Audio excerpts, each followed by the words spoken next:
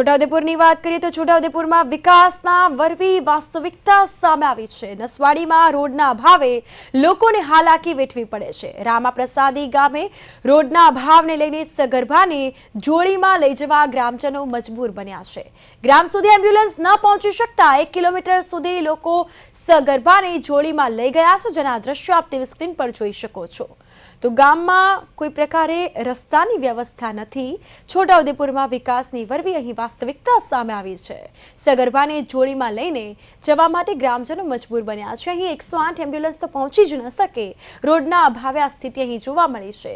તો લોકો અહીં માંગ કરી રહ્યા છે કે વહેલી તકે અહીં રોડ રસ્તા બનાવવામાં આવે। લોકોની જે પરેશાની છે તે આપ જોઈ શકો છો કે સગર્ભા મહિલા છે તેને જોડીમાં લઈ જવામાં આવી રહી છે અને જે કાદવ કીચડ રસ્તો જે છે જોવા મળ્યો છે, જેને લઈને અહીં વિકાસના દાવાઓની પોલ સાબિત થઈ હોય તેવું સામે આવ્યું છે અને વિકાસના દાવાઓ પોકળ સાબિત થતા જોવા મળ્યા છે।